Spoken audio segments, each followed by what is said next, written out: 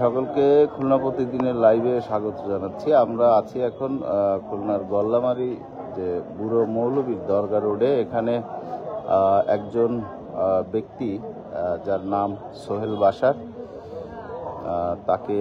তার যে ভাড়া বাসা, সেই বাসার ভেতরে তার হাতে পায়ে রক কাটা এবং ঝুলন্ত অবস্থায় তার মৃতদেহ উদ্ধার করেছে পুলিশ। ঘটনাস্থলে সদর থানা পুলিশ এবং সিআইডি সদস্যরা, এখানে ক্রাইম সিন যে সদস্যরা এখানে উপস্থিত হয়েছেন এবং প্রচুর মানুষ এখানে কিন্তু উপস্থিত হয়েছে। এটি একটি 3 তলা ভবনের নিচতলায় তিনি ভাড়াটিয়া ছিলেন। তার নাম সোহেল বাসার এবং তিনি দীর্ঘদিন প্রবাসে ছিলেন। এটি প্রাথমিকভাবে এই এলাকার মানুষ যারা, তারা আমাদেরকে জানিয়েছেন। তবে যেহেতু ক্রাইম সিনের ইনভেস্টিগেশন যেটি সিআইডি চলছে ভিতরে, আমরা আপনাদেরকে বাইরের থেকে আসলে এই ঘটনা দেখানোর চেষ্টা করছি। 8টার পর এই খবর পায় পুলিশ এবং ঘটনাস্থলে আসে এবং ঘটনাস্থলে এসে কিন্তু তারা সেই যে প্রক্রিয়া তারা কিন্তু দেখছেন এবং এই ঘটনা বিষয়ে সবাইকে প্রাথমিকভাবে জিজ্ঞাসাবাদ করছেন এবং এই বিষয়টি নিয়ে তারা প্রাথমিক যে ইনভেস্টিগেশন সেটি করছেন। আমরা যেটি আপনাদেরকে দেখাতে চাচ্ছি যে পিবিআই সদস্যরা রয়েছে, সিআইডির সদস্যরা রয়েছে এবং খুলনা মেট্রোপলিটন পুলিশের সদর থানা যে থানা পুলিশ, তারাও কিন্তু ঘটনাস্থলে এসেছে। তবে এখনো পর্যন্ত কিন্তু আসলে বলা যাচ্ছে না যে এই ঘটনাটি, এখনো বলা যাচ্ছে না যে আসলে মূল ঘটনাটি কিভাবে হলো। আমরা আসলে সেটি জানার চেষ্টা করব। আমরা দেখছি যে পিবিআই সদস্যরা কিন্তু একজন বের হয়েছে এবং ভিতরে সিআইডি এবং পিবিআইয়ের অন্যান্য সদস্যরা রয়েছেন। এটি বুড়ো মৌলবীর দরগা অর্থাৎ লায়ন্স স্কুলের অপোজিটে যে গলি, সেই গলির ভেতরে একটি বাড়ির 3 তলা ভবনের নিচতলায় ভাড়া থাকতেন এই ব্যক্তি তার পরিবার নিয়ে।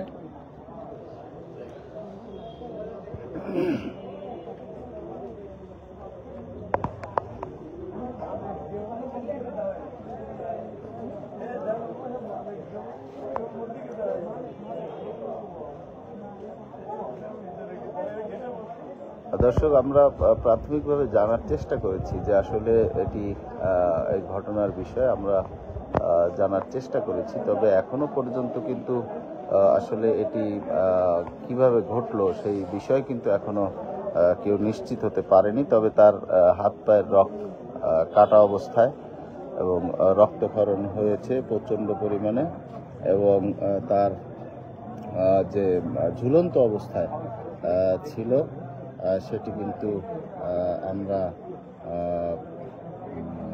জানতে পারি এবং প্রাথমিকভাবে সেটি কিন্তু আমরা জানতে পারি।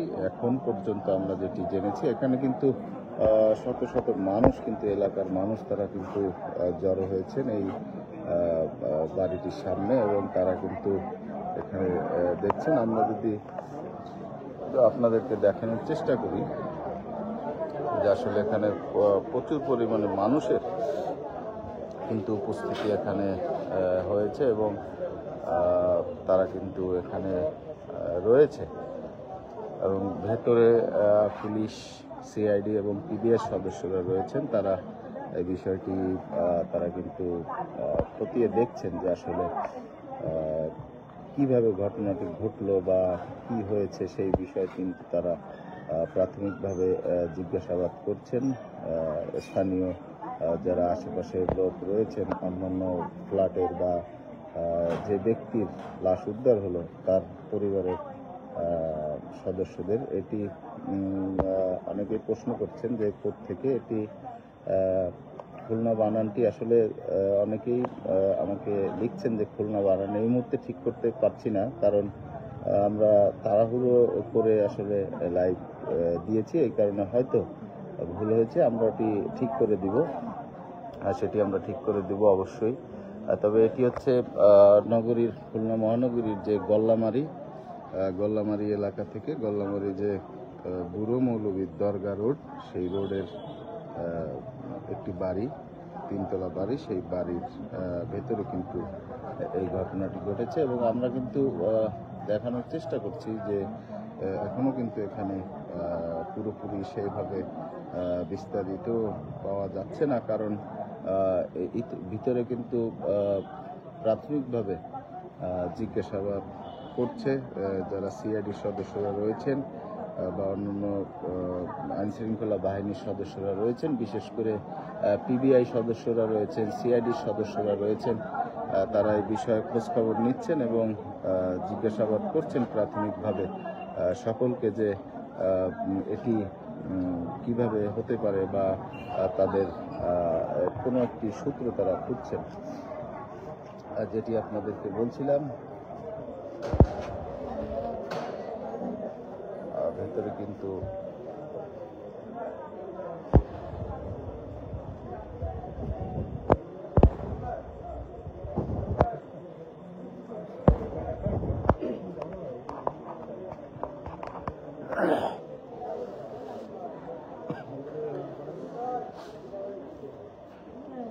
দর্শক, ভিতরে কিন্তু ইনভেস্টিগেশনের কাজ চলছে এবং আমরা সেটি এটির যদি কোনো আপডেট থাকে, আসলে যে ঘটনার যে আপডেট কি হতে পারে বা এটি পুলিশ প্রাথমিক তদন্ত শেষে কি পান বা কি পাওয়া যায় বা এই মৃত ব্যক্তির বিষয়ে যদি কোনো তথ্য দিতে পারে, আমরা সেটি আপনাদেরকে, যারা খুলনা প্রতিদিনের দর্শক রয়েছেন, আপনাদেরকে আমরা তাৎক্ষণিক সেটি জানানোর চেষ্টা করব।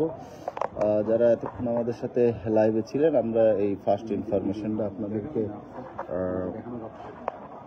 ইনফরমেশনটি আপনাদেরকে আমরা দেখানোর চেষ্টা করছি। যে এখানে কিন্তু আমরা একটু যদি দেখাই যে সিআইডি এবং পিবিআই এর যে সদস্যরা রয়েছেন এবং ভিতরে কিন্তু সেই ইনভেস্টিগেশনের কাজ চলছে এবং যে ডু নট ক্রস যে ক্রাইম সিনের যে ফিতা, সেটি কিন্তু লাগানো হয়েছে এবং ভিতরে কিন্তু সেই জিজ্ঞাসাবাদ বা যে মৃত ব্যক্তির যে সার্বিক বিষয়ে খোঁজ খবর নিচ্ছেন। দর্শক, যারা আমরা ফার্স্ট ইনফরমেশনটি দিলাম এবং পরবর্তীতে এই বিষয়ে যে তথ্য পাবো, আমরা অবশ্যই আপনাদেরকে সেটি জানাবো। এতক্ষণ আপনারা যারা আমাদের সাথে লাইভে যুক্ত ছিলেন, খুলনা প্রতিদিনের পক্ষ থেকে সকলকে ধন্যবাদ জানাচ্ছি এবং আপনারা মতামত জানাবেন এবং লাইভটি শেয়ার করে আমাদেরকে দেখার সুযোগ করে দিবেন। এবং যারা এখনো পর্যন্ত খুলনা প্রতিদিনের পেজটি ফলো করেনি, আপনারা করে রাখবেন। আমরা খুলনার যে ঘটনা আমরা তাৎক্ষণিক আপনাদেরকে দেখানোর চেষ্টা করি। সকলকে ধন্যবাদ। ভালো থাকবেন, সুস্থ থাকবেন, নিরাপদে থাকবেন।